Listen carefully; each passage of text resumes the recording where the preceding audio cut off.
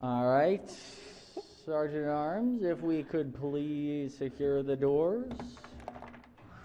Members, please take your seats.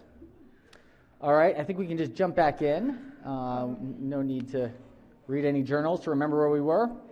But I think we are still waiting for some amendments potentially on where we just were. Is that right? Yes. Okay. All right. So let's do finance. We know that there is a finance committee. Do we have? I think there are two finance calendars. Yes. Is it ready? Nope. Okay. All right, we've got a finance calendar number 51. Second readers, clerk will read the first bill. House Bill 108, Delegate Charkoudian, Behavioral Health Care Crisis Response Services Modification, favorable. Chair recognizes the senator from the 47th District as the floor leader. Thank you, Mr. President. House Bill 108 is identical to Senate Bill 286, which passed the Senate unanimously earlier this session. The bill alters the Behavioral Health Crisis Response Grant Program by 1, altering the criteria for grant proposals and priorities for awarding grants to local behavioral health authorities, and 2, extending the requirement that the governor provide an appropriation for the program through fiscal 2025. There are no amendments. I move the adoption of the favorable committee report. Floor leader moves that we adopt the favorable committee report. On the report, any discussion? If not, all in favor of the report say aye. Opposed, nay. The ayes have it. The favorable committee report is adopted. Are there any amendments to the bill or its title? Seeing none, House Bill 108 is hereby ordered passed to third reading. Clerk will read the next bill. House Bill 221, Delegate Turner, Motor Vehicle Insurance, Use of Credit History and Rating Policies, favorable. Chair recognizes Chair of the committee as floor leader. Thank you. House Bill 221 requires a motor vehicle insurer that uses credit information on written requests from an applicant or insured to provide reasonable exceptions to the insurer's rates, ratings classification, company or tier placement, or underwriting rules or guidelines for an applicant or insured who has experienced and whose credit information has been directly influenced by specific events that are generally out of the control of the applicant or insured, such as a catastrophic event declared by the federal or state government, or serious illness or injury.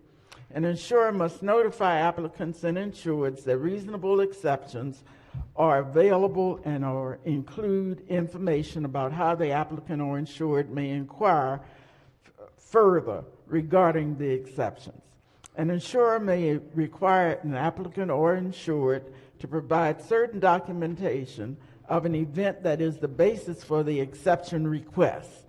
Within 30 days after the receipt of sufficient documentation, the insurer must inform the applicant or insured of the outcome. There are no amendments, no fiscal impact. I move the adoption of the favorable committee report. Floor leader moves to the adoption of the favorable committee report. On the report, Chair recognizes Senator from District 3. Thank you, Mr. President. Could I special order or postpone this until Monday? Senator moves to special order the bill. Chair recognizes the chair of the committee. It is a very important bill. Could we let it move and you deal with it later? All right. The question is, the senator's moved to special order the bill. Senator, it will come back up on third reader for potential amendments. We're getting a little close on time. Does the senator want to press the motion? Yes. Okay. All right. Question is on the special order. Any discussion on the special order?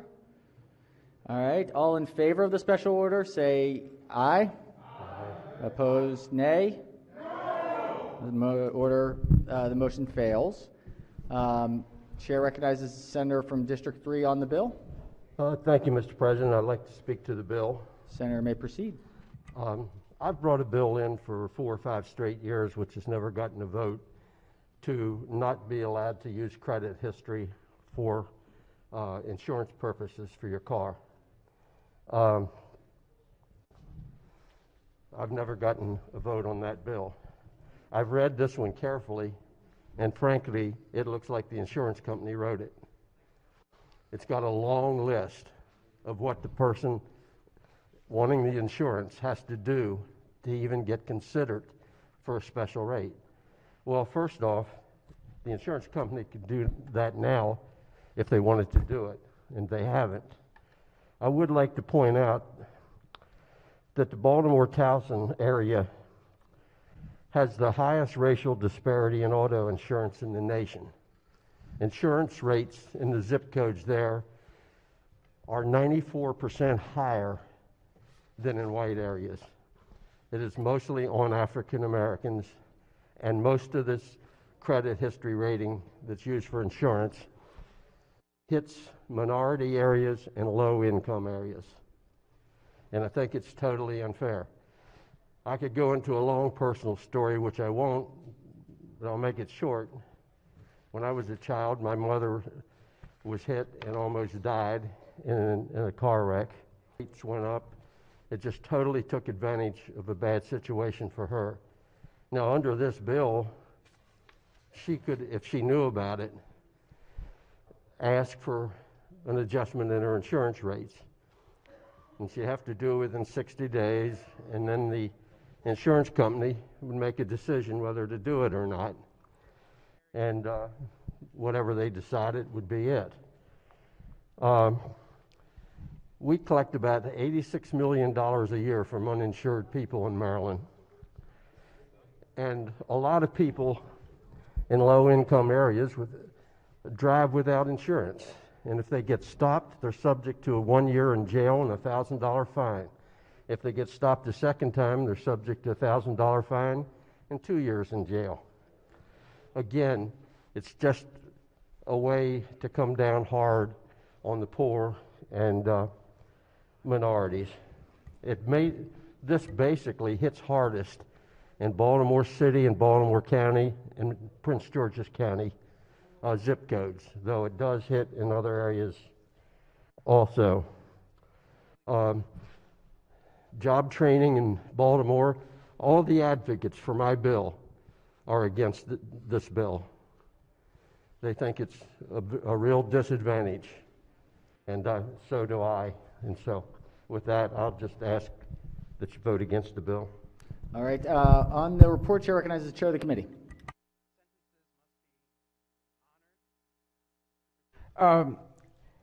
Let me just explain what the bill does, because the bill has been heavily amended.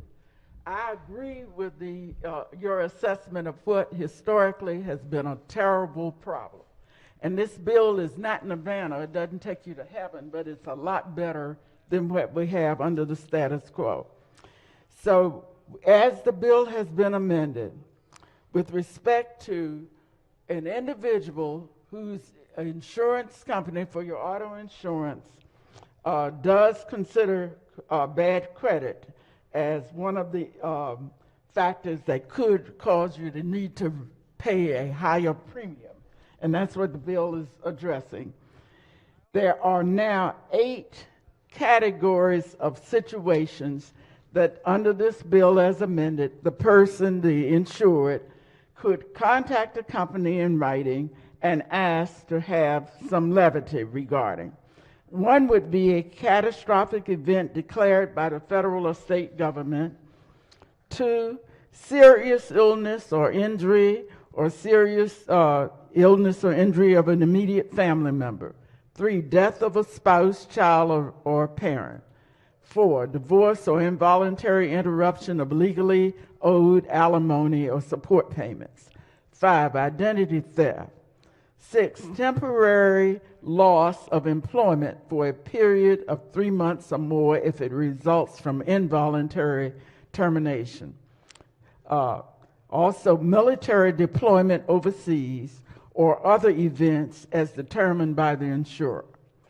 If an applicant or insured submits a request for an exception to the policy that the company has, and all over the country they have these policies which do consider your credit. At that point, then the applicant could might be asked to demonstrate that there is documentation to show that one of these applies. For an example, identity theft, and that's a terrible thing. If the bill did nothing but that, it would be helpful, because right now identity theft is terrible, and again, is nothing that the person could have done to, in many cases, to stop from having been a victim of identity theft. But now they would have some ability to seek redress.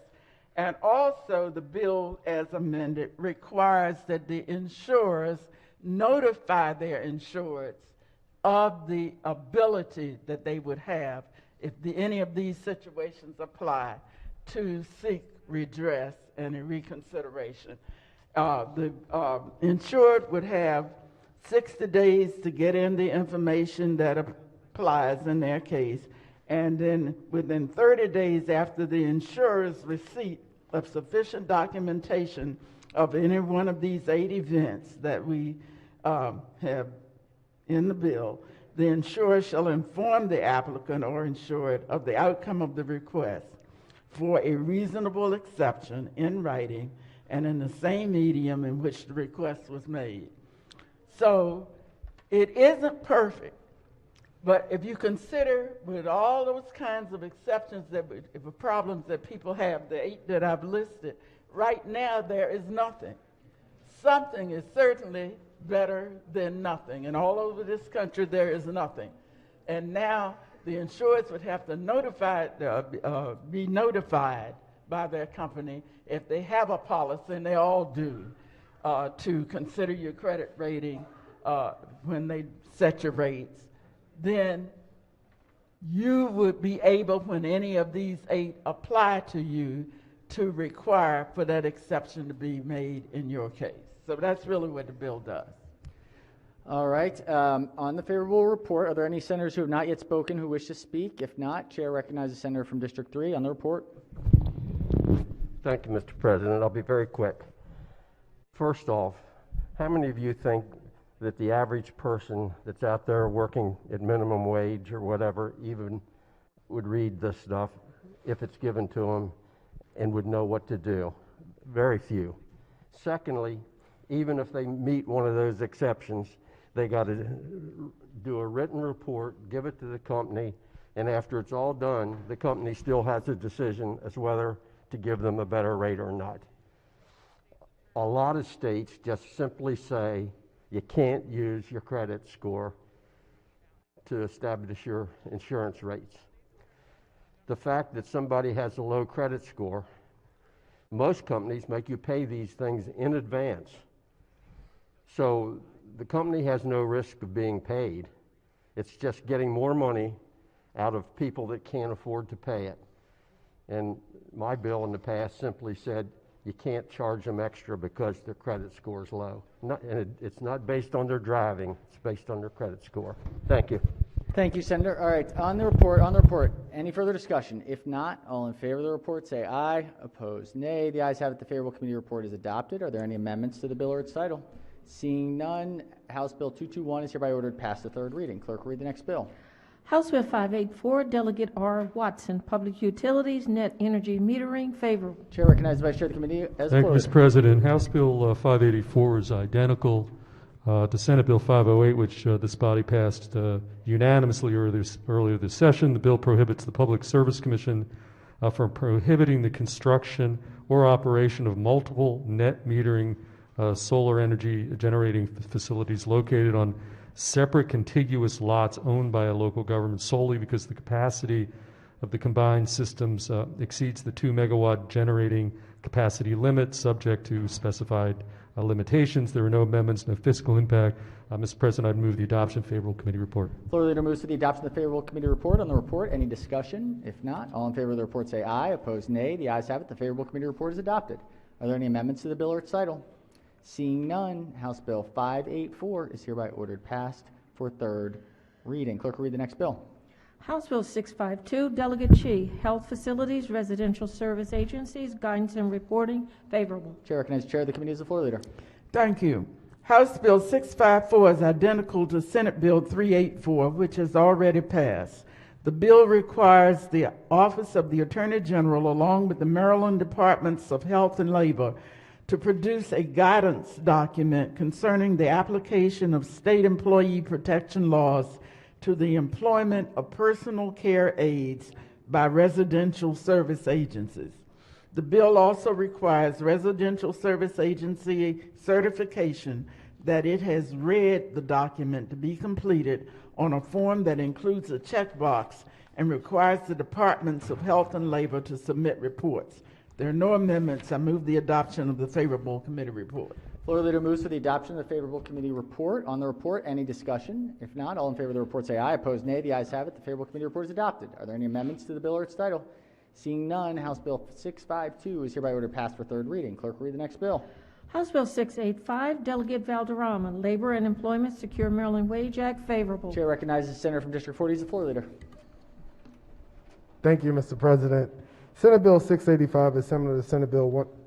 House Bill 685 is similar to Senate Bill 107, which went to conference. The bill requires an employer to pay covered employees who are non-exempt from the Fair Labor Standards Act, working 50% or more of their time at the Maryland Heightened Security location, specify wages over a period of years, Maryland Heightened Security locations within BWI Thurgood Marshall Airport, or Pennsylvania Station in Baltimore City. The bill also exempts the airlines and provides that an employee under a state service contract being paid a state living wage will not be paid a secure wage under the bill. With the report of the conference committee, House Bill 685 is the same as Senate Bill 107. There are no amendments. I move the adoption of a favorable committee report. Floor leader moves for the adoption of the favorable committee report. On the report, any discussion? If not, all in favor of the report say aye. Opposed, nay. The ayes have it. The favorable committee report is adopted. Are there any amendments to the bill or its title? Seeing none, House Bill 685 is hereby ordered passed for third reading. Clerk will read the next bill. House Bill 934, Delegate Bartlett, Public Health Chief Medical Examiner, Autopsy Findings and Conclusions, favorable. Chair recognizes the senator from the 32nd District as the floor leader. Thank you, Mr. President. House Bill 934 explicitly authorizes a person of interest to appeal a denial by the Chief Medical Officer to correct findings and conclusions on the matter of death to the Secretary of Health, who must refer the matter to the Office of Administrative Hearings. The bill also requires the Maryland Department of Health to report on or before October 1st, 2024, on the number of appeals made to the Secretary of Health when the Chief Medical Examiner denied the request of a person in interest to correct findings and conclusions on the cause and manner of death. There are no amendments. There was no opposition at the committee hearing. I move the adoption and the favorable committee report. Floor leader moves for the adoption of the favorable committee report. On the report, any discussion? If not, all in favor of the report say aye. Opposed, nay. The ayes have it. The favorable committee report is adopted. Are there any amendments to the bill or its title? Seeing none, House Bill 934 is hereby ordered passed for third reading. Clerk, we will have Calendar 52 out of Finance. Clerk will read the bill. House Bill 1007, Delegate Charkoudian, Renewable Energy Portfolio Standard and Geothermal Heating and Cooling Systems, favorable with one amendment. Chair recognizes the Vice Chair of the Committee. Thank you, Mr. President. As amended, House Bill 1007 creates a carve-out for post-2022 geothermal systems in Tier 1 of the state's renewable energy portfolio standard, beginning in 2023 at 0.05% and increasing each year until reaching 1% in 2028 and later, subject to specified requirements and alternative compliance payments. The Maryland Energy Administration must staff a related work group created by the bill and complete a related technical study. A presently existing obligation or contract right may not be impaired by the bill. Mr. President, the amendment, the single amendment we put on the bill, delays the implementation of the carve-out by 6 months. I would add that's in addition to the 6 months that the House delayed implementation and makes a variety of other conforming changes. Mr. President, I'd move the amendment and the adoption of the favorable committee report. All right, floor leader moves for the adoption of a favorable committee report on the one amendment in the favorable committee report. On the amendment, any discussion? If not, all in favor of the amendment say aye. Opposed, nay. The ayes have it. The one committee amendment is adopted. Question now on the favorable committee report as amended. Any discussion? If not, all in favor of the report say aye. Opposed, nay. The ayes have it. The favorable committee report as amended is adopted. Are there any further amendments to the bill or its title? Seeing none, House Bill 1007 is hereby ordered passed to third reading. All right, we're going to do some of these, well, the House is still in. We're going to do some of these conference committees so they can read them across. We've got Senate bills amended in the House, some not concurs, It looks like out of B&T, calendar number 37. Clerk will read the bill. Senate Bill 883, Senator GUZZONE, tobacco tax out of state sales of premium cigars and pipe tobacco, budget and taxation and finance. Chair recognizes the chair of the committee. Thank you, Mr. President. The committee does not concur with the House amendments on Senate Bill 883. 883 clarifies the process by which out-of-state sellers of premium cigars and pipe tobacco shall pay the tobacco tax, establishes licensure for out-of-state sellers and premium cigars and pipe tobacco to consumers in the state. The House amendments alter the definition of other tobacco products, exempting certain items from the tobacco tax and making them subject to a 12% sales tax. The amendments also make a bill an emergency bill. We move to not concur. All right, committee moves to not concur. Question is on the committee's motion. Any discussion? If not, all in favor of the motion say aye. Opposed, nay. The ayes have it. The motion is adopted. The Senate will not concur. Clerk will read the message. By the Majority Leader, ladies and gentlemen of the House of Delegates, the Senate refuses to concur in the House amendments and respectfully requests the House recede from its position. Should the House prefer a conference committee to confer on the disagreeing votes of the two houses, the Senate appoints Senator McCray, Chair, Senator Elrith, Senator Stallings. Said bill is turned herewith by order Nicole Alexander, Secretary. All right, message having been read is ordered adopted. We have House Bill 289. We have a message from the House. The clerk will read the message. By the Majority Leader, ladies and gentlemen of the Senate, the House of Delegates refuses to concur in the Senate amendments and respectfully requests the Senate recede from its position. Should the Senate prefer a conference committee to confer on the disagreeing votes of the two houses, the House appoints Delegate Atterbury, Chair, Delegate Shetty, Delegate Williams. Said bill is returned herewith by order Sylvia Seeger, Chief Clerk. Message to the Senate having been read is ordered journalized. Clerk will read the message to the House. By the Majority Leader, ladies and gentlemen of the House of Delegates, the Senate does not recede in the Senate amendments and agrees to a conference committee to confer on the disagreeing votes of the two houses. The House has appointed Delegate Atterbury, Chairman, Delegate Shetty, Delegate Williams. The Senate appoints Senator SYDNOR, Chair, Senator HETTLEMAN, Senator Carter. Said bill is returned herewith by order Nicole Alexander, Secretary. All right. Message having been read is ordered adopted. All right, we've got several bills here that just have some messages that we have to read. These are House messages to us. Let's start with Senate Bill 43. Clerk will read the message. Message number 2, that is.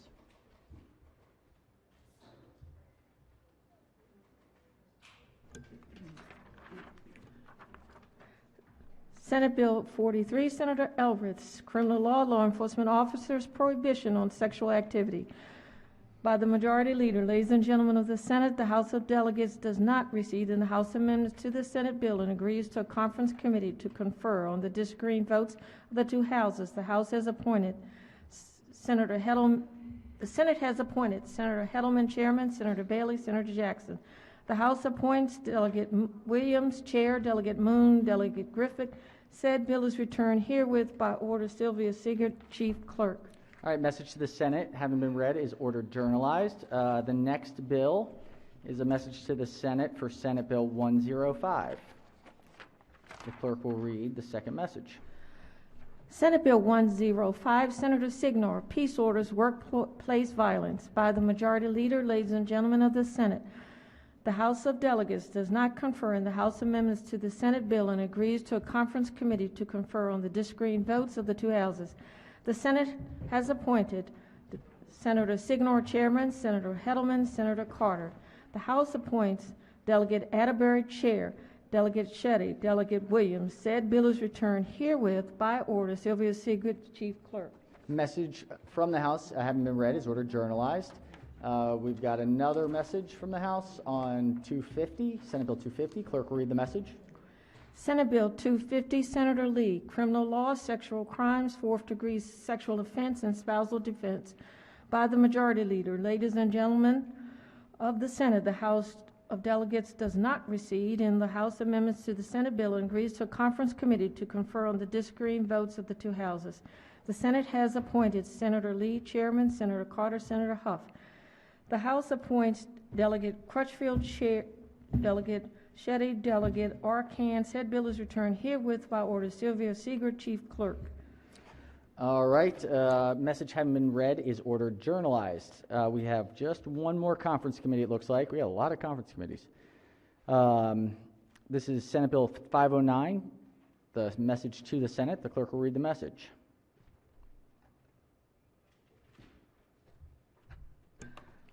By the Majority Leader, ladies and gentlemen of the Senate, the House of Delegates does not recede in the House amendments to the Senate bill and agrees to a conference committee to confer on the disagreeing votes of the two houses. The Senate has appointed Senator Penske chairman, Senator Washington, Senator Patterson. The House appoints Delegate B. Barnes chair, Delegate Corman, Delegate Bridget. Said bill is returned herewith by order Sylvia Seeger, Chief Clerk. All right, message having been read is ordered journalized. That does it for our conference committees. We've got a couple more second readers. We'll see what we can do. And we're going to try and get the ones, once we finally get to the third readers, we're going to try and look for the ones that are amended and try and get to those so there's enough time to concur. And we'll see what we can do. We'll try our best. Calendar 67, report on the Committee of Education, Health, and Environmental Affairs. Clerk will read the first bill. House Bill 38, Delegate Carey. State Government, Department of Information Technology, Cybersecurity, favorable with 2 amendments. Chair recognizes Senator from District 9 as the floor leader. Thank you, Mr. President. Colleagues, House Bill 38 is identical to Senate Bill 49, which passed this chamber unanimously. It expands the responsibilities of the Secretary of Information Technology to advise and oversee a consistent cybersecurity strategy, develop guidance on consistent cybersecurity strategies for counties, municipal corporations, school systems, and other political subdivisions of the state. There are 2 committee amendments. The first conforms House Bill 38 to Senate Bill 49. The first makes technical changes, and the second conforms the bill by removing the mandatory consultations with the Attorney General. I move the committee amendments. All right, floor leader moves to the adoption of the 2 committee amendments and the favorable committee report. On the amendments, any discussion? If not, all in favor of the amendment say aye. Opposed, nay. The ayes have it. The 2 committee amendments are adopted. Question now is on the favorable committee report as amended. Any discussion? Mr. President? Yes. I have another amendment. Just one moment, Senator. We've got to adopt the report. Okay. On the report, any discussion? All in favor of the report say aye. Opposed, nay. The ayes have it. The favorable committee report is amended, is adopted. Senator has an amendment. What is the number of the amendment? The number of the amendment is HB 38/89433/1. All right, Senator, give us just one quick moment. All right, Senator, may I explain the amendment? Thank you, Mr. President. Amendment number 1 is at the top of the page. Amendment number 1 is technical, and amendment number 2 gives the judiciary authorization for a one-time transfer from their operating budget to a specialized fund for major IT projects. Then the second part of amendment 2 makes it an emergency measure. I move the adoption of the favorable committee amendment. The favorable amendment. All right, the floor leader moves for the adoption of the amendment, Senator's amendment. Are there any questions or discussion on the amendment? Are there any objections to the Senator's amendment? Without objection, the amendment is adopted. Are there any further amendments to the bill or its title? Seeing none, House Bill 38 is hereby ordered passed for third reading. Clerk will read the next bill. House Bill 784, Delegate CAROZZA. Residential construction, electric vehicle charging, favorable. Chair recognizes Senator from District 12 as the floor leader. Thank you, Mr. President. House Bill 784 requires a builder of specified new housing units to provide each buyer or prospective buyer with the option to include in a garage, carport, or driveway either an electric vehicle charging station capable of providing level 2 charging, or number 2, a dedicated electric line of sufficient voltage to support the later addition of such a charging station. The builder must provide notice of these options and other specified information to each buyer or prospective buyer. The bill only applies prospectively to any new construction from the point of the bill's effective date forward. Again, this is just to provide an option. There are no committee amendments. Move the adoption of the favorable committee report. Floor leader moves to the adoption of the favorable committee report. On the report, any discussion? If not, yes, Chair recognizes the Senator from Frederick County. Yeah, I was just trying to look to this bill. Will the floor leader yield for a question? Certainly. Senator may proceed. Yeah, thank you.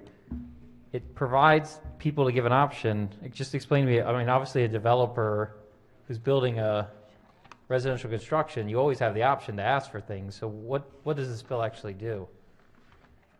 It does what you just exactly said, that the builder must notify the buyer that there is the option, if they choose, to be able to put in a level 2 charger or the equivalent conduits for that housing unit.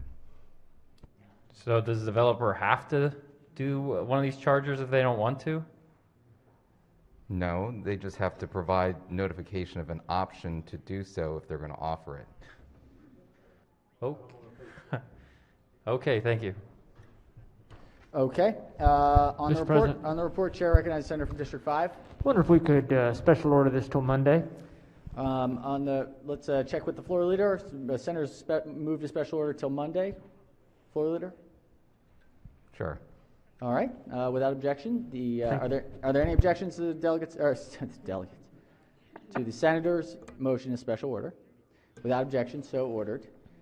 The bill will be special ordered to the appropriate time tomorrow. Clerk, read the next bill.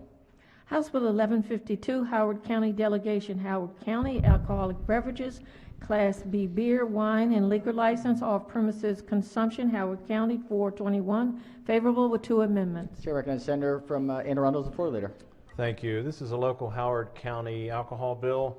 The bill authorizes the holder of a Class B beer, wine, and liquor license in Howard County to sell beer, wine, and liquor in sealed containers for off-premise consumption only to a person who has purchased prepared food for the premise. The bill takes effect July 1st, 2021. There are 2 amendments. The first is technical. The second authorizes the board to limit the quantity of alcoholic beverages in a single transaction for off-premise consumption under the license. I move the amendments in the favorable committee report. Floor leader moves for the adoption of 2 committee amendments in the favorable committee report. On the amendments, any discussion? If not, all in favor of the amendments say aye. Opposed, nay. The ayes have it. The favorable committee amendments, the 2 committee amendments are adopted. Question now on the favorable committee report as amended. Any discussion? If not, all in favor of the report say aye. Opposed, nay. The ayes have it. The favorable committee report as amended is adopted. Are there any further amendments to the bill or its title? Seeing none, House Bill 1152 is hereby ordered passed to 3rd reader. Clerk will read the next bill. House Bill 1245, Delegate Washington, Guaranteed Access Grant and Next Generation Scholars of Maryland. Alterations favorable with 1 amendment. Chair recognizes Senator from District 33 as the floor leader. Thank you very much. House Bill 1245. The name of the bill is a little confusing. This actually is a bill that will expand free or reduced price meals. Currently, students in 7th and 8th may apply for this GA grant, Guaranteed Access Grant. This bill now moves it to 10 grades 9 or 10. No opposition in the committee, no amendments. I'm sorry, there is an amendment. It moves the funding from $2.5 million to $5 million. Move the amendment and the favorable committee report. Floor leader moves for the adoption of the 1 committee amendment to the favorable committee and the favorable committee report. On the amendment, any discussion? If not, all in favor of the amendment say aye. Opposed, nay. The ayes have it. The 1 committee amendment is adopted. Question now on the favorable committee report as amended. Any discussion? If not, all in favor of the report say aye. Opposed, nay. The ayes have it. The favorable committee report as amended is adopted. Are there any further amendments to the bill or its title? If not, House Bill 1245 is hereby ordered passed for 3rd reading. Clerk will read the next bill. House Bill 1364, Delegate Crosby, Historic St. Mary's City Fort to 400 Commission, favorable. Chair recognizes the senator from the 38th District as the floor leader. Thank you, Mr. President. House Bill 1364 is the cross-file to SB 946. It establishes the Historic St. Mary's City Fort to 400 Commission to plan the celebration and the official commemoration of the 400th anniversary of the founding of Maryland, which takes place in 2034. My friends and colleagues, this will be a most momentous occasion for the entire state of Maryland that will require years of planning. There are no committee amendments, and I ask to move a favorable report for House Bill 1364. All right. The floor leader moves for the adoption of the favorable committee report. On the report, any discussion? If not, all in favor of the report say aye. Opposed, nay. The ayes have it. The favorable committee report is adopted. Are there any amendments to the bill or its title? Seeing none, House Bill 1364 is ordered passed for third reading. Let's pull up Judicial Proceedings, Calendar 53, Senate Bill. I think we had the floor amendment. This is right before we did the recess. Senate Bill 853, Senator Carter, Juvenile Law, Juvenile Justice Reform, favorable with 2 amendments. All right, Chair recognizes sponsor of the bill as the floor leader. Thank you, Mr. President. As amended, this bill extends the termination date and alters the Juvenile Justice Reform Council, provides for the council to submit a supplemental report, and requires the governor to include specified funding in the annual budget. Amendment number 1 is technical. Amendment number 2 strikes provisions of the bill, requires specified grant funding for Roca Baltimore LLC, and alters the council. I'd move the amendment 2 committee amendments in favorable committee report. Floor leader moves for the adoption of the 2 committee amendments in the favorable committee report. All in favor of the amendment? Discussion on the amendments? If not, all in favor of the amendment say aye. Opposed, nay. The ayes have it. The 2 committee amendments are adopted. Question now is on the favorable committee report as amended. Any discussion? Mr. President? Amendment, Senator? Yes. 1 moment. Let's just get this report. Any discussion on the report? If not, all in favor of the report say aye. Opposed, nay. The ayes have it. The favorable committee report as amended is adopted. Senator has a committee amendment. Thank you, Mr. President. Amendment SB 853/313824-1 is a friendly amendment. Just 1 moment. Let's get it up quickly. All right, Senator may proceed. Is a friendly amendment that simply the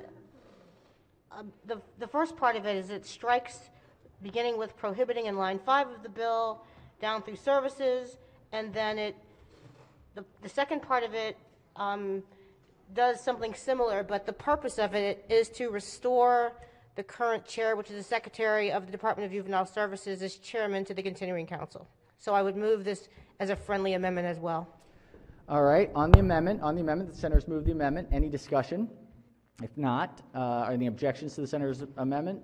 Without objection, the amendment is adopted. Are there any further amendments to the bill or its title? Seeing none, Senate Bill 853 is hereby ordered printed for third reader. Quick note before we go to the next one. Because of the COVID protocols, normally senators are allowed on the House floor, delegates are allowed on the Senate floor.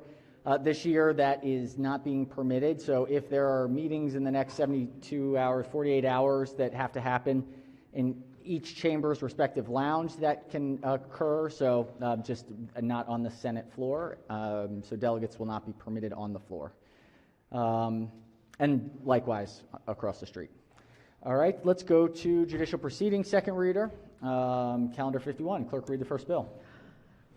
House Bill 240, Delegate SHELLY, Criminal Procedure for Forensic Genetic Genealogical DNA Analysis, Searching, Regulation, and Oversight, favorable with 1 amendment. Chair recognizes the senator from District 44 as the floor leader.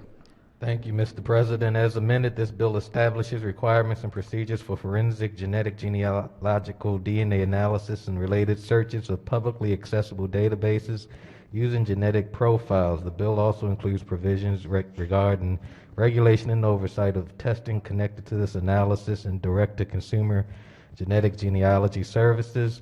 There was 1 amendment conforming the House bill to the Senate bill, which we passed unanimously a few weeks ago. Mr. President, I move adoption of the amendment and favorable committee report. Floor leader moves for the adoption of the 1 committee amendment and the favorable committee report. On the amendment, any discussion? If not, all in favor of the amendment say aye. Opposed, nay. The ayes have it. The 1 committee amendment is adopted. Question now is on the favorable committee report as amended. Any discussion? If not, all in favor of the report say aye. Opposed, nay. The ayes have it. The favorable committee report as amended is adopted. Are there any further amendments to the bill or its title? Seeing none, House Bill 240 is hereby ordered past the third reading. Clerk will read the next bill. House Bill 366, Delegate Cardin, District Court Commissioners, arrest warrants, recall, and issuance of a summons, favorable. Chair recognizes the Vice Chair of the Committee as the floor leader. Thank you, Mr. President. This bill authorizes a district court judge or circuit court judge to recall an arrest warrant and issue a summons in its place. There are no committee amendments. Mr. President, I move the favorable committee report. Floor leader moves for the adoption of the favorable committee report. On the report, any discussion? If not, all in favor of the report say aye. Opposed, nay. The ayes have it. The favorable committee report is adopted. Are there any amendments to the bill or its title?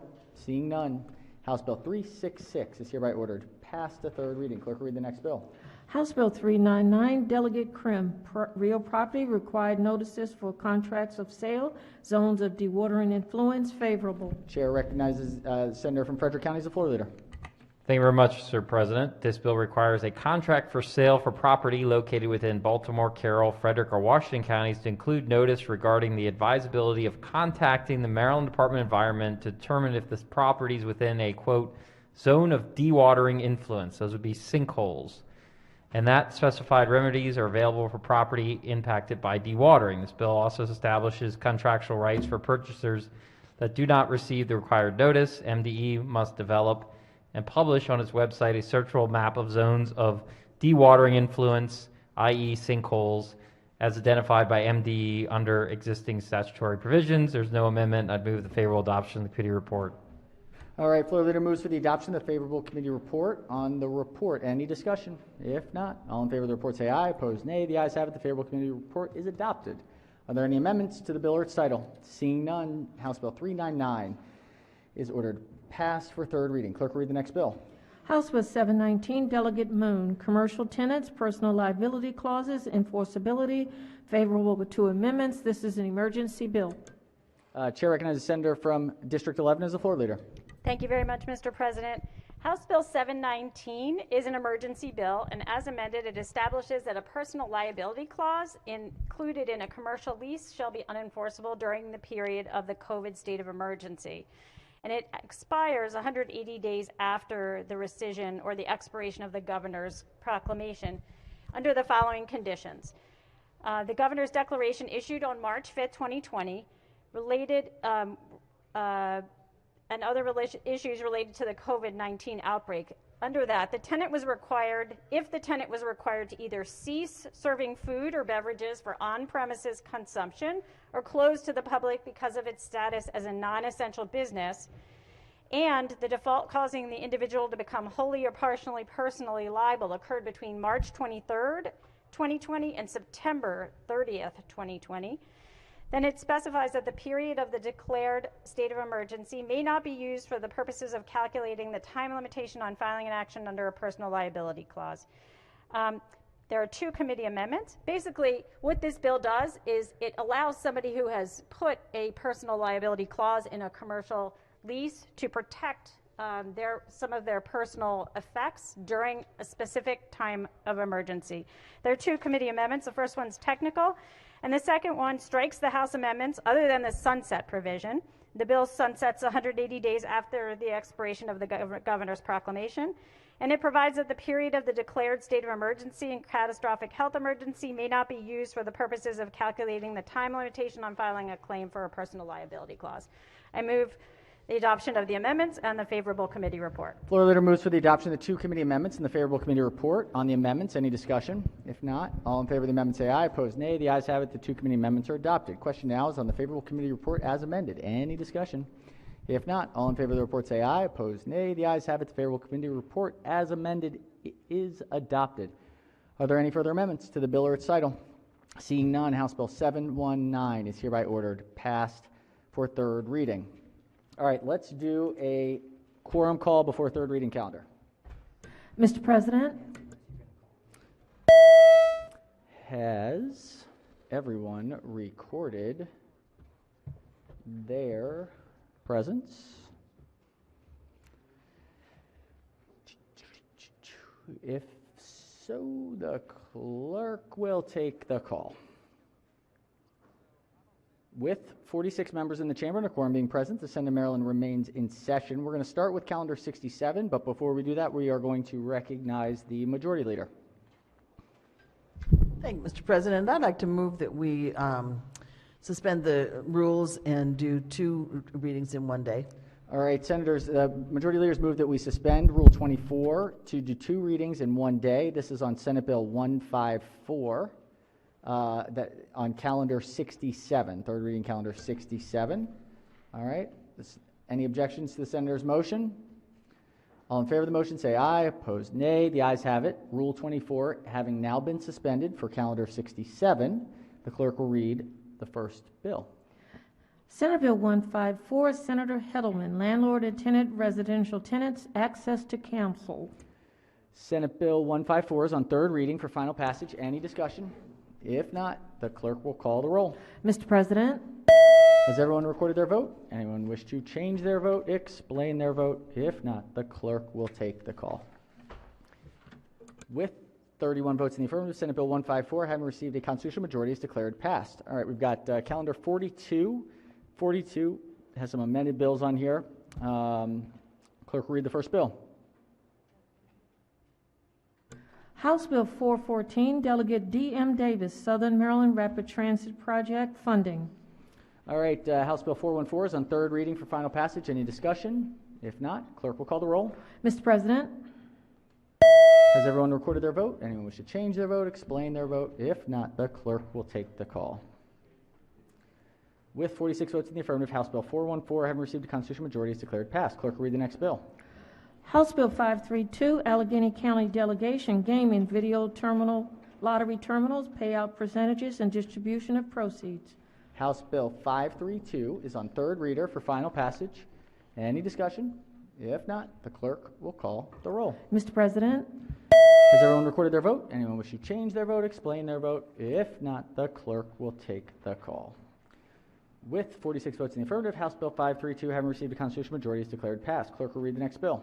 House Bill 545, Delegate Hornberger, Natural Resources, Licenses and Stamps Revisions. House Bill 545 is on third reader for final passage. Any discussion? If not, clerk will call the roll. Mr. President, Has everyone recorded their vote? Anyone wish to change their vote, explain their vote? If not, the clerk will take the call. With 46 votes in the affirmative, House Bill 545, having received a constitutional majority, is declared passed. Clerk will read the next bill. House Bill 561, Delegate D.E. Davis, Renewable Energy Portfolio Standard, Wastewater Heating or Cooling System. House Bill 561 is on third reader for final passage. Any discussion? If not, clerk will call the roll. Mr. President, Has everyone recorded their vote? Anyone wish to change their vote, explain their vote? If not, the clerk will take the call. With 46 votes in the affirmative, 45 votes in the affirmative, House Bill 561, having received a constitutional majority, is declared passed. Clerk will read the next bill. House Bill 581, Delegate D.E. Davis, Labor and Employment Standards during an Emergency, Maryland Essential Workers Protection Act. This is an emergency bill. House Bill 581 is on third reader for final passage. Chair recognizes the senator from 47th District. Thank you. I have an amendment. Senator has an amendment. Senator, please read the amendment number. The amendment number is 957575/1. All right, give us just a moment.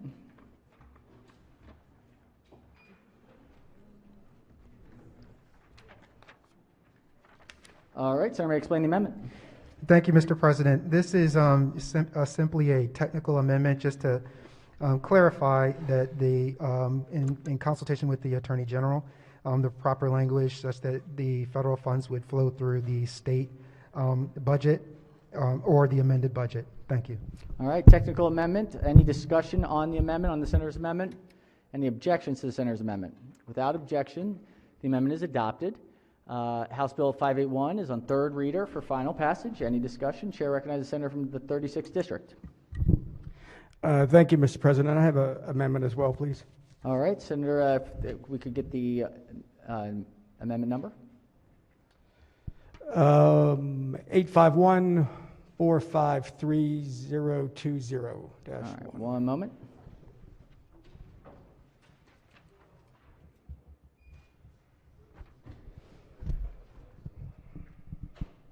Senator, may I explain the amendment? Thank you very much, Mr. President. One of the amendments that the Finance Committee adopted during our bill hearing and voting session was to remove some of the responsibility on verification of leave or why a individual would be taking this leave. This amendment tries to at least make things a little bit fair as well as about who has to do the reporting of the data. And currently, under the law, or this bill, the essential employer would have to report any of the testing data to the Maryland Department of Health. This amendment would remove the essential employer as the entity to report the data to Department of Health and places that responsibility with the testing facility. So again, not the employer, but the facility.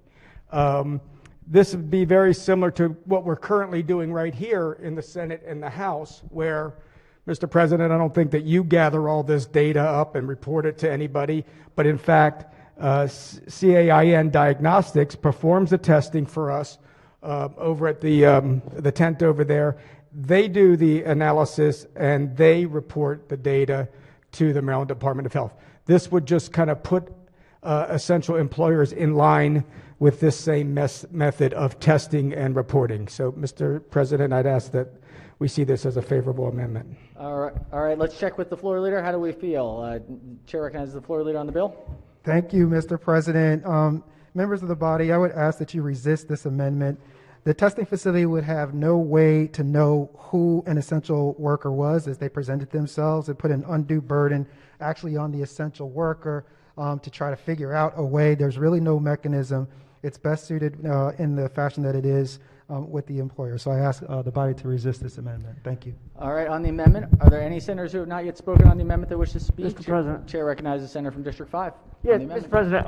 In the committee, what we struck, and I debated a little bit, I think, yesterday, about not striking the amendment that we ended up or not striking the language that we ended up doing. It's really important that when people are accessing what will be a new benefit, that we have some understanding of, at least on the data that we're going to get. We need data to understand why people are accessing this, what's happening. I think this is a really good amendment. It's common sense, kind of splits the difference between having more of a robust requirement for documentation and having nothing at all. So I support the gentleman's amendment. I think it's a smart way to kind of get at the heart of making sure we have information and data on how and why people are accessing a new type of paid sick leave in an emergency. Thank you. Thank you, Senator. Any other senators who have not yet spoken who wish to speak? If not, Chair recognizes the maker of the amendment. Yeah, thank you, Mr. President. Yeah, I just want to be sure to clarify something. Most essential employers are not going to be doing this testing themselves. And again, I go back to the situation right here. We're not getting tested in the State House or in the Senate office buildings, but we are going somewhere else that we have contracted. The Senate of Maryland or the General Assembly of Maryland has contracted with somebody to do this testing. And so what we thought this amendment would do is to best provide the data that is achieved in this testing to the Maryland Department of Health. In fact, rather than contracting out with somebody to do the testing, have all that information go back to the employer, and then the employer then has to give all that information. This simply cuts all that out. The employer will still be paying for that. That's under the bill. So we just want to make sure that the onus is not on the employer to have to then gather all that information from the outside testing source, somehow package that together and get it to the Department of Health.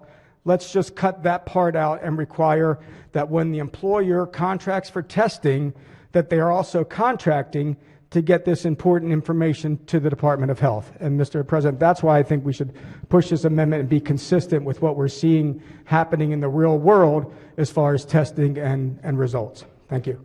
Thank you, Senator. All right, on the amendment, any further discussion? If not, all in favor of the amendment, say aye. Opposed? Senators request a roll call. Clerk will call the roll. Mr. President? Has everyone recorded their vote? Anyone wish to change their vote, explain their vote? If not, the clerk will take the call. With 25 votes in the negative, the senator's amendment fails. Are there any further amendments to the bill or its title? I'm sorry. House Bill 581 is on third. Mr. President. Yes, Senator has an amendment? Or on the bill? An amendment. I might need to check something real quick.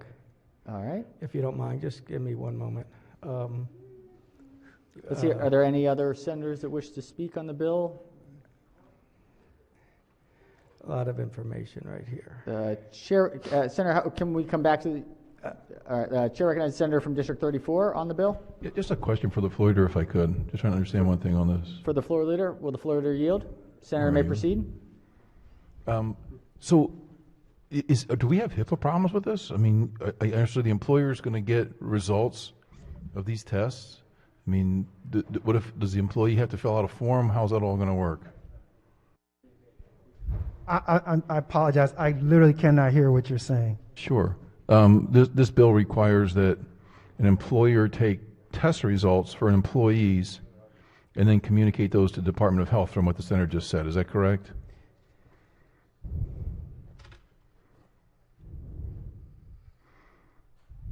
Right. The employer would make the report to the health department. And let me just also tell you that in the definition of the essential worker, we actually give flexibility to the employer on this bill for them to determine who the essential worker is.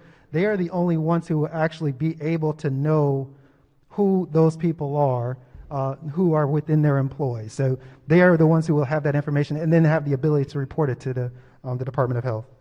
So does the employee have to then share their results with their employer? We're mandating that? Yes. And not just as in saying I passed or not, they actually have to share the test results. So is that, do you all consider or get any information as whether that's appropriate under HIPAA, that this employee be required to share their health information with an employer? Public health matters are appropriate under HIPAA, and this is a public health matter. I'm sorry, it's appropriate what? It's appropriate to share the information because of the public health matter under HIPAA. So it does not, there's no HIPAA violation then? Correct, no violation. Okay, thank you. All right, does Senator from District 36? Senator's recognized. Thank you, Mr. President. Can I offer another amendment, please? Senator has an amendment. All right. If we can read the number. 713-423-1. One moment, Senator.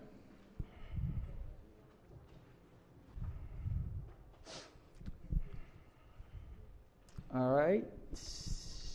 One moment.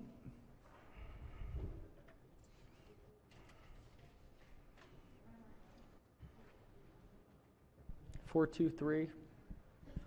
713-423-1. Senator may proceed. Thank you, Mr. President. As we were discussing again the bill, there were several reasons that would allow an essential employee to take and use this public health emergency leave. On page 19 of the bill, there's 6 very specific reasons.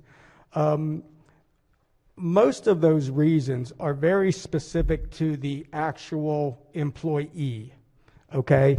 So, for instance, number 1 would allow an employee to isolate without an order because the essential worker has been diagnosed or is experiencing symptoms. Number 2 allows an employee to use this leave in order to get a diagnosis or preventative care or treatment. Again, very specific to the individual.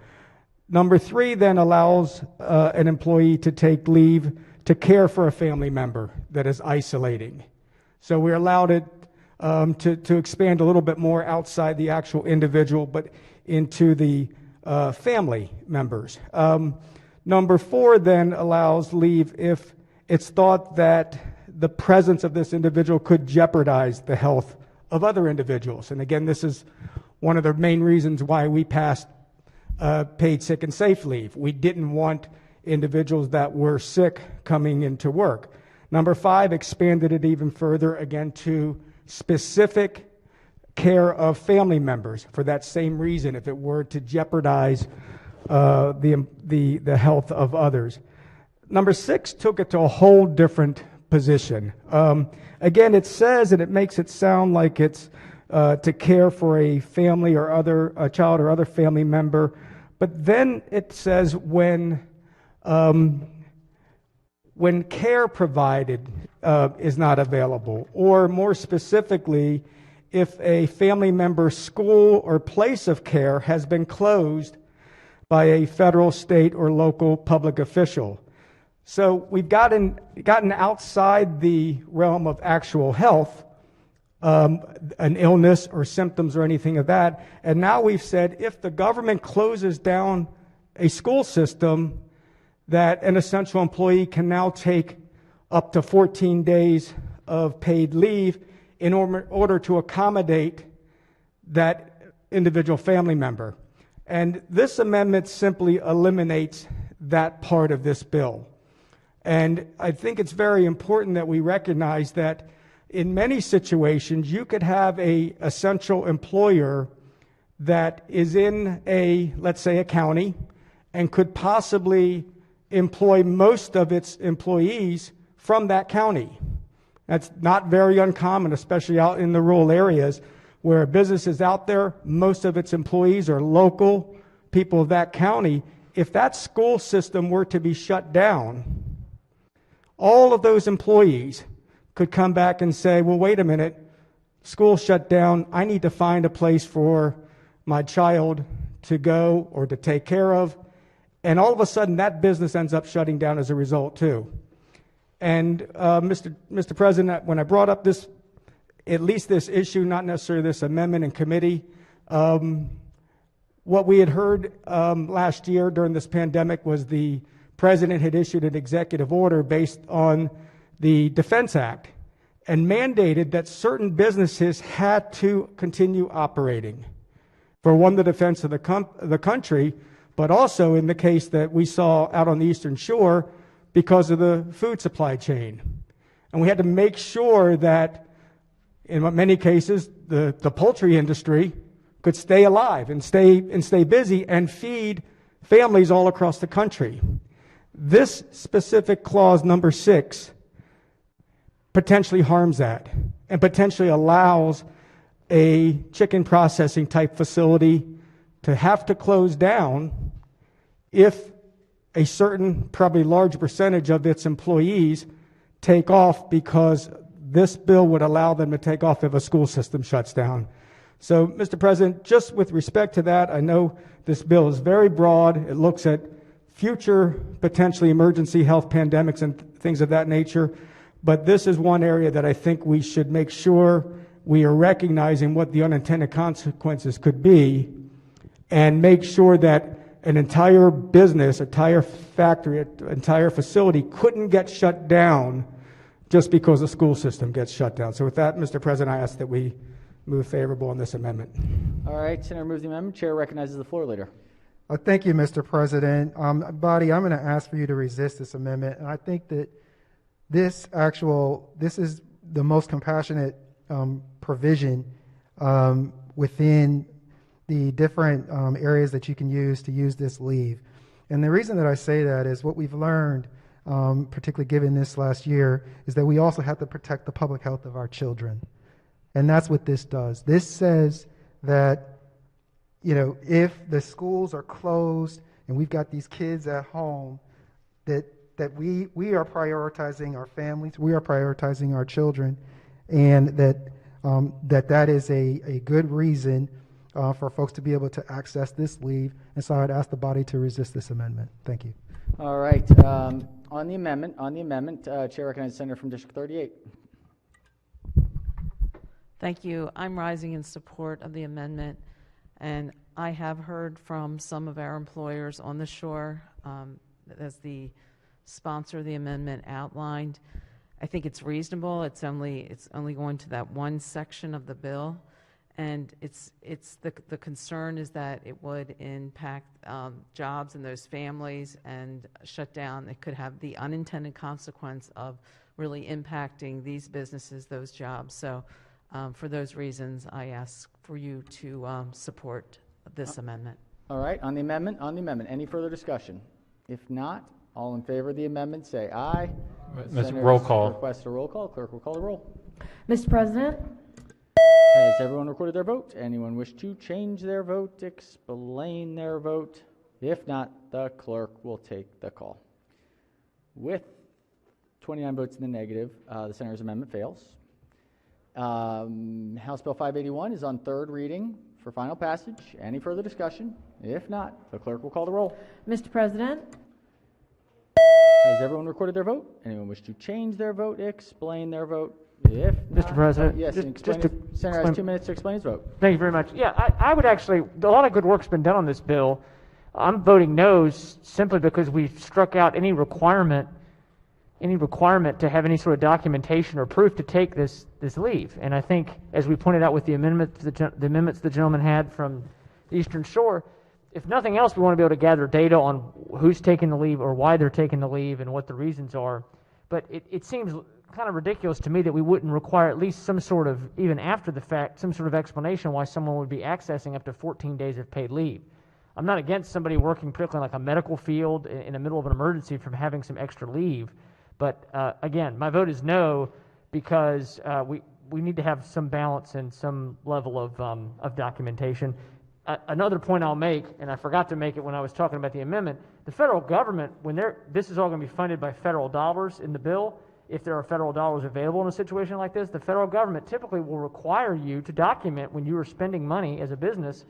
They're going to require that you document that it was spent properly and spent the way you were supposed to spend it. So that's why my vote is no. Thank you, Mr. President. Thank you, Senator. All right, any further senators wish to explain their vote? If not, the clerk will take the call. With 31 votes up. Oh, the board is stuck. Okay, so this is on the bills itself. With 31 votes in the affirmative, House Bill 581, having received a constitutional majority, is declared passed. All right. Next, we've got, clerk, read the next bill. House Bill 804, Delegate Polakovich Carr, Taxes Whistleblower Reward Program and Statute of Limitations for Tax Collections. House Bill 804 is on third reader for final passage. Any discussion? If not, the clerk will call the roll. Mr. President. Has everyone recorded their vote? Anyone wish to change their vote, explain their vote? If not, the clerk will take the call. With 46 votes in the affirmative, House Bill 804, having received a constitutional majority, is declared passed. Clerk, read the next bill. House Bill 815, Delegate Shoemaker, State Agriculture Land Transfer Tax, Application of Non-Agricultural Use Reduction and Exemption. House Bill 815 is on third reader for final passage. Any discussion? If not, clerk will call the roll. Mr. President. Has everyone recorded their vote? Anyone wish to change their vote, explain their vote? If not, the clerk will take the call. With 46 votes in the affirmative, House Bill 815, having received a constitutional majority, is declared passed. Clerk will read the next bill. House Bill 839, Delegate Chief, State Department of Assessments and Taxation, list of business entities not filing annual report. House Bill 839 is on third reader for final passage. Any discussion? If not, the clerk will call the roll. Mr. President. Has everyone recorded their vote? Anyone wish to change their vote, explain their vote? If not, the clerk will take the call. With 46 votes in the affirmative, House Bill 839, having received a constitutional majority, is declared passed. We've got 43. Clerk will read the first bill. House Bill 867, Delegate Smith, Baltimore Regional Neighborhood Initiative Program Fund. House Bill 867 is on third reader for final passage. Any discussion? If not, clerk will call the roll. Mr. President. Has everyone recorded their vote? Anyone wish to change their vote, explain their vote? If not, the clerk will take the call.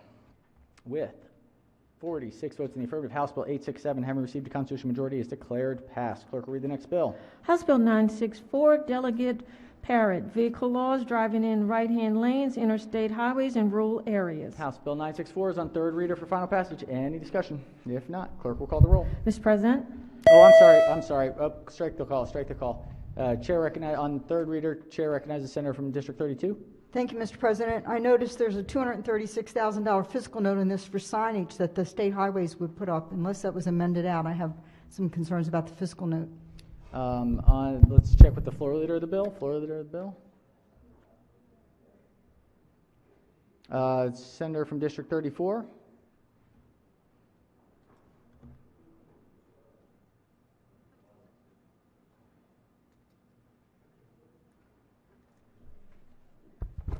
So you said what was it? 234,000. I see it as 100,000. 100,000. Chair recognizes the senator from District 32. I'm reading the MDOT letter issued on February 18th. $246,104.98. Okay, I'm looking at the fiscal note, and it proposes roughly $50,000 to $100,000. Bill it mentions. Mr. Floor Leader, could that have been written before this letter that was written by MDOT on February 18th? Yeah, We have a lot of road improvements that need to be done, and another $246,000 from MDOT could really hurt some other projects. Maybe they could pick up trash with $246,000. yeah, I don't know which is older, the fiscal note. I don't know if the fiscal note was updated for the MDOT letter or not. Mr. right. President, can we hold the bill until Monday, please? Let's see. Are there any objections to hold it until Monday? I don't think it's amended, so we still have time. We'll agree to hold it. Okay, no objections. Without objection, House Bill 964 will be special order to the appropriate time Monday. Clerk, read the next bill. House Bill 967, Delegate Bridges, Baltimore City Speed Monitoring Systems, Interstate 83. House Bill 967 is on third reader for final passage. Any discussion? If not, clerk will call the roll. Mr. President, Has everyone recorded their vote? Anyone wish to change their vote, explain their vote? If not, the clerk will take the call. With 35 votes in the affirmative, House Bill 967 having received the constitutional majority is declared passed. Clerk will read the next bill. House Bill 1153, Delegate Adams, name of entities with physician membership approval requirement exemption. House Bill 1153 is on third reader for final passage. Any discussion? If not, clerk will call the roll. Mr. President, Has everyone recorded their vote? Anyone wish to change their vote, explain their vote? If not, the clerk will take the call.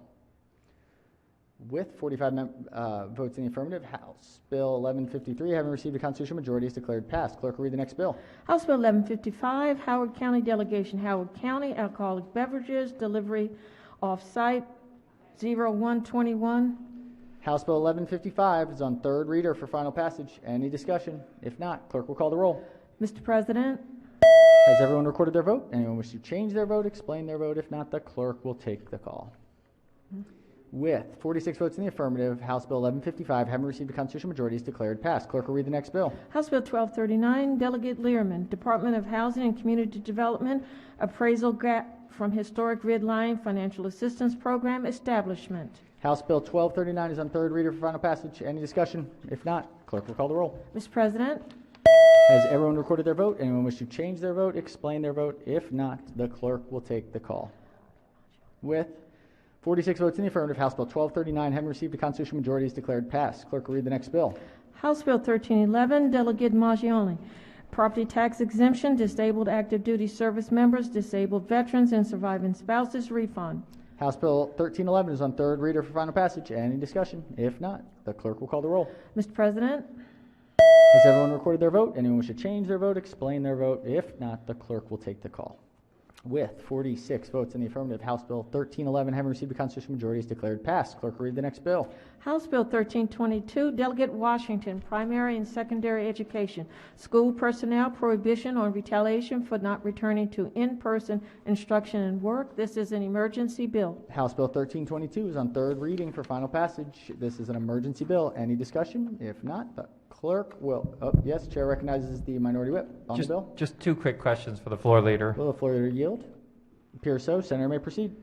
One, have we done anything similar for essential workers, any other state employees or county employees as this legislation does? We haven't had a pandemic prior to this year, and I believe it seems as though we just passed a bill to address some of this issue for other essential workers. But in this case, so I think the answer is no. I mean, that why are we, there's many essential workers, there's firefighters, there's police officers, certainly not devaluing teachers. My children, all three of them go to public school. But maybe you could explain, why is it we're just singling out teachers here and we've singled out no other essential employees, that if they exercise the same options, that they're in the counties, why have we not regulated them at all? Well, Mr. President and colleagues, this is the bill before us. The bill drafter, the sponsor is focused on education. That tends to be this sponsor's specialty. I would assume I would welcome if there was another bill and a posture that addressed others. I'm sure we would pass that as well. All right, just my last question is, as far as, has anyone come in, was there any testimony to someone who had been fired or who had been fired because they refused to come back? The committee did hear reports of individuals expressing concern and just wanted to be proactive. But there wasn't an example of an actual named person that came in front of the committee or presented the committee who was fired or punished for not coming back? I would also send that this tends to be sort of employment issues that are tend not to be discussed so broadly, but the testimony, we did not receive specific testimony from an individual saying that they were experiencing this. All right. I'd just like to speak very briefly on the bill, Mr. President. Senator, may proceed. Thank you very much. I'm going to be opposing this because we didn't pick out any other state employees or county employees for this. There are many government employees that in our county and state level that do very important work, from the people that clean these buildings here to our police officers that are here. There's a plethora of people that do very important work to keep state vehicles on the road. And they're there, they're coming in, and I don't think it's right that we just pick out one profession and make a set of rules for them that's different for everybody else. And by the way, our counties are working very hard that we put teachers up faster in many cases to get the vaccine than we did other employees. Other valued state employees are waiting behind teachers to get it. So we have legislation here that says if you're a teacher, you get a set of rules that if you don't want to come back, we're making this new set, even though we've put them at a higher priority than other government employees to get the vaccine, which I'm happy about because our children are suffering right now not being able to get back to school. Even having 2 days of school, I know it's been very helpful for my children because it's an emotional strain on children. It's creating great disparities in learning. You talk about disparities in education. These kids being out of school for this long is taking a huge emotional toll. It's taking a huge toll in their learning. And the fact that, to me, we should be doing everything we can, and we are in our local governments, to get these kids back to school, get them vaccinated, but to put in a special set of rules to say, well, then the teachers, they don't have to go back and treat them different than every other government employee. I don't think that's fair. I don't think that's right, especially when we're legislating not off of real examples that are happening in the counties. The counties are working very hard. The Frederick County Superintendent, who I've disagreed with on issues, she's working very hard to get teachers back into school, to get them vaccinated. They're doing everything right, and they're working. They're getting resistance from, quite frankly, some of the teachers' unions, but the teachers are working hard, the vast majority. I don't think we as the state need to get involved and try to micromanage the processes happening at all our county levels. So for that, I'm voting red. Thank you. Thank you, Senator. All right, on the bill. Chair recognizes the Senator from Baltimore City. On the Thank bill. you. On the bill. I also just want to correct the record. It's not simply teachers, it's all other school personnel, everyone who works in the building. And also, Mr. President, frankly, these are the individuals that have direct contact with our children. They will be in the classrooms with our children. And so I do think that that's a very different space.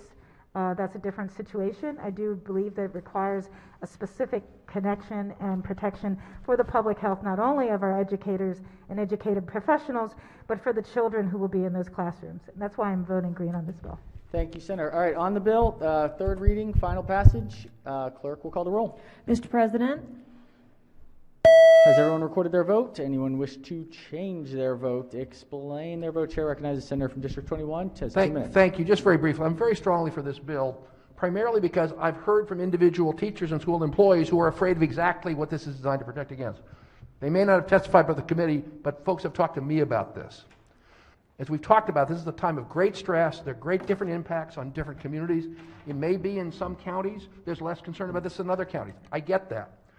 There are counties that have gotten lots of vaccines and counties that haven't gotten lots of vaccines. So there are differences. But the notion of having one of our major workforces in the state that's incredibly important for the economy and for our families and everybody else to not lose their jobs because they're trying to protect their health, I think is common sense. So I'm strongly for this bill.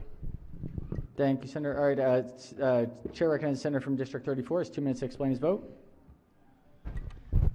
Hey, Mr. President, at a time when we are the executives, the county executives and the governor are all trying to encourage schools to reopen and teachers to go back to the classroom. This is just the wrong message for this body to send, to single those teachers out and say, we're not really with your executives. These folks are paid by the county. They're working for the county governments, and each county is different. each employee is different. There's no reason for us to step in and send absolutely the wrong signal to the educators. Thank you. Thank you, Senator. All right. If there are no further explanations of vote, the clerk will take the call. Mr. President? Nope. With 30 votes in the affirmative, all good. With 30 votes in the affirmative, House Bill 1322, having received a constitutional majority, is declared passed. All right, this is what we're going to do. We are going to do this last third reading calendar, and I think we're going to pause there. The rest of them are unamended bills. We got plenty of time on those. We've got the concurrences. We've got a bunch of conference committees. We can do those in the morning tomorrow. They don't need any further action. So if we get through this third reader, I think we'll pause it there, let committees go, do their thing. If there are committees that have work to do, and then we'll come back on Monday. What? Did I say tomorrow? Oh, that was not true. No. Sorry. Monday. That would be. All right. Let's do calendar 40, and we'll call it after this. House Bill 15, Delegate Pena-Milnick, Governor's Office of Immigrant Affairs. All right, House Bill 15 is on third reader for final passage. Any discussion? If not, clerk will call the roll. Mr. President? Has everyone recorded their vote? Anyone wish to change their vote, explain their vote? If not, the clerk will take the call. With 30 votes in the affirmative, House Bill 15, having received a constitutional majority, is declared passed. Clerk will read the next bill. House Bill 18, Delegate W. Fisher, Landlord or Tenant, Residential Tenants' Right to Counsel. House Bill 18 is on third reader for final passage. Any discussion? If not, the clerk will call the roll. Mr. President? Has everyone recorded their vote? Anyone wish to change their vote, explain their vote? If not, the clerk will take the call. With 30 votes in the affirmative, House Bill 18, having received a constitutional majority, is declared passed. Clerk will read the next bill. House Bill 44, Delegate Frazier Hidalgo, Clean Cars Act of 2021. House Bill 44 is on third reader for final passage. Yes, Chair recognizes the Senator from District 5. Yeah, Mr. President, I just wanted to point out that this bill, I'm going to be voting no. We added the language has been added to this bill to try to, I think, send a message to the administration about emissions testing, and any changes to emissions testing we want more of a tighter report back on. I frankly think it's high time for a big reform and change in our emissions testing program. Where our modern cars are much different than they were when that was put into place. Many people that speak to me about it feel more and more that the emissions program is a cash grab. It's simply money that gets put in for the government to spend. It's not as much aimed at emissions reduction anymore because, again, not as much of an issue with cars producing nearly as much in the way of emissions. I don't really like that amendment, so I think I'll be voting against this bill. I also think we need to look long and hard at the issue of tax credits for purchasing electric vehicles to make it more fair and accessible for working families. This is something that I know the goal of the bill is to make it more accessible, but I have a lot of concerns about that. So for those reasons, I'm voting no on this bill. Thank you, Senator. All right, on the bill, any further discussion? If not, the clerk will call the roll. Mr. President? Has everyone recorded their vote? Anyone wish to change their vote, explain their vote? If not, the clerk will take the call. With 35 votes in the affirmative, House Bill 44, having received a constitutional majority, is declared passed. Clerk will read the next bill. House Bill 90, Delegate Learman, State and Local Housing Programs, affirmatively furthering fair housing. House Bill 90 is on third reader for final passage. Any discussion? If not, the clerk will call the roll. Mr. President? Has everyone recorded their vote? Anyone wish to change their vote, explain their vote? If not, the clerk will take the call. With 44 votes in the affirmative, House Bill 90, having received a constitutional majority, is declared passed. Clerk will read the next bill. House Bill 92, Delegate Lukey, Procurement Invasive Plant Species, Prohibition on Use of State Funds. All right, House Bill 92 is on third reading for final passage. Any discussion? If not, the clerk will call the roll. Mr. President? Has everyone recorded their vote? Anyone wish to change their vote, explain their vote? If not, the clerk will take the call. With 45 votes in the affirmative, House Bill 92, having received a constitutional majority, is declared passed. Clerk will read the next bill. House Bill 97, Delegate Learman, Department of Housing and Community Development, Office of Statewide Broadband Established, Digital Connectivity Act of 2021. This is an emergency bill. House Bill 97 is on third reading for final passage. This is an emergency bill. Any discussion? If not, clerk will call the roll. Mr. President? Has everyone recorded their vote? Anyone wish to change their vote, explain their vote? If not, the clerk will take the call. With 45 votes in the affirmative, House Bill 97, having received a constitutional majority, is declared passed. Clerk will read the next bill. House Bill 222, Delegate Wilkins, Value My Vote Act. House Bill 222 is on third reader for final passage. Any discussion? If not, the clerk will call the roll. Mr. President, Has everyone recorded their vote? Anyone wish to change their vote? Explain their vote. If not, the clerk will take the call. With 36 votes in the affirmative, House Bill 222, having received the constitutional majority, is declared passed. Clerk will read the next bill. House Bill 425, Delegate Barron, Criminal Law, Crimes Involving Computers.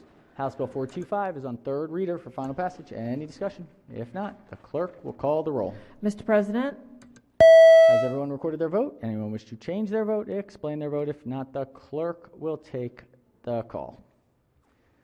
With 45 votes in the affirmative, House Bill 425, having received a constitutional majority, is declared passed. All right, we got through a lot. That was a lot. That was a whole lot. We've got just these special orders that are all no amendments. We've got some concurrences. We're in a good spot. We're going to have a busy day on Monday. We're going to have a very, very busy day. So get some rest tomorrow. What time did we decide? I forget. Okay, so it's looking like noon on Monday. Noon on Monday. That gives time for committees to do any last-minute stuff. And Mr. President. Oh, yes, Chair. Right. Can I change my vote on HB 222 from green to red, please? Yes, Senator. Yes. Without, are there any objections? Green to red on 222. Without objection, so ordered. Senator from District 2. Thank you, Mr. President. Same thing, 222 from green to red. Green to red. Any objections? Without objection, so ordered. Any others? Anything else? All right. So noon on Monday, and we're going to really be at noon because we got to get here. So really, truly at noon. We're going to start right on time on Monday, noon. Vice Chair of Finance, committee announcements. Yeah, the Senate Finance Committee will meet on Monday at 11 a.m. for some concurrences and such. 11 a.m. Monday. Thank you, Senator. Chair recognizes Chair of Education, Health, and Environmental Affairs. Thank you. Education, Health, and Environmental Affairs will meet at 10:30 for concurrences and voting. All right, 10:30 on Monday. Chair recognizes the Chair of Budget and Tax. Thank you, Mr. President. I assume we have rules right after this? Yes, we will have rules immediately following the floor. Okay. The Budget and Tax will meet immediately following rules. All right. So rules, then Budget and Tax. So this evening, yes, and then on Monday at 11 a.m. Monday at 11. For voting. All right. Chair recognizes the Chair of Judicial Proceedings. Thank you, Mr. President. What time is rules? Let's call it 5:30.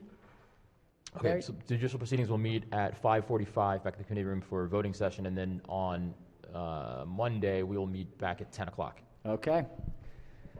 Whew. All right. Chair recognizes Chair of the All right, Rules. maybe 10:30. All right, 10:30. All right, Okay. 10:30.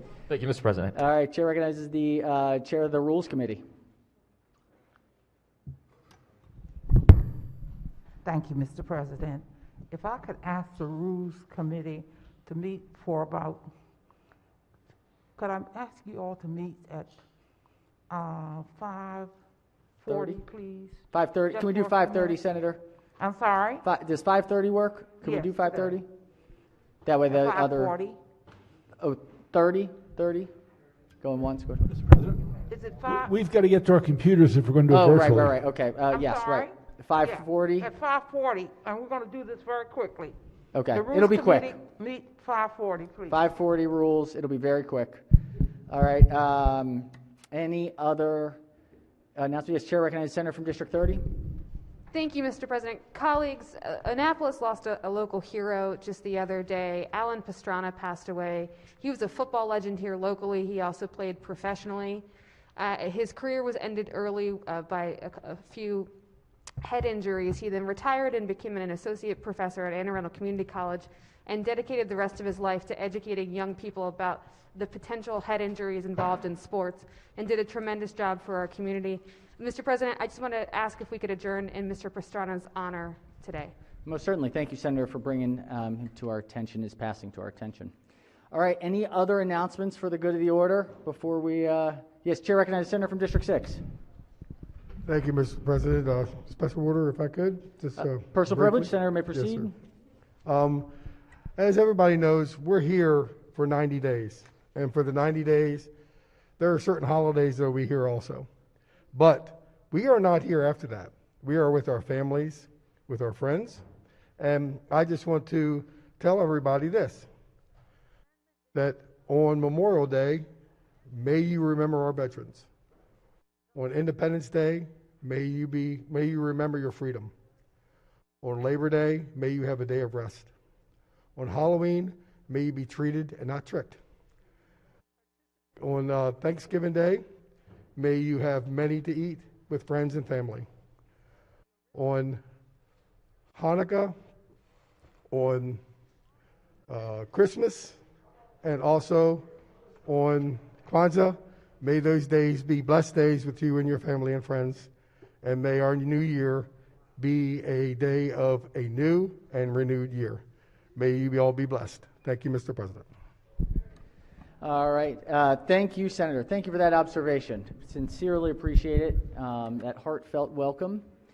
It's going to be a long, but good year. Good year. 21, better than 20. All right. Any further announcements before we adjourn? It's just a quick note that we're thinking about trying to do something for the testing site on Monday. It's a shortened time, so it's the last day. Tests are not required on Monday, but we're just trying to think if there's a way to do something. So if anybody has a good idea, pass it along, but we just think they've been such an integral part. So we're trying to think about what might be a nice way to show our gratitude. All right. Let's see. Let's do a quorum call before we adjourn. Mr. President? Has everyone recorded their presence? If so, the clerk will take the call. With 45 members in the chamber and a quorum being present, the Senate of Maryland remains in session. Chair recognizes the Majority Leader. Thank you, Mr. President. I move the Senate of Maryland stand adjourned until Monday, April 12th at 12 p.m. in honor of Alan Pastrano. Without objection, so ordered. Stay safe. Get some rest tomorrow. Wear your mask. Get the vaccine.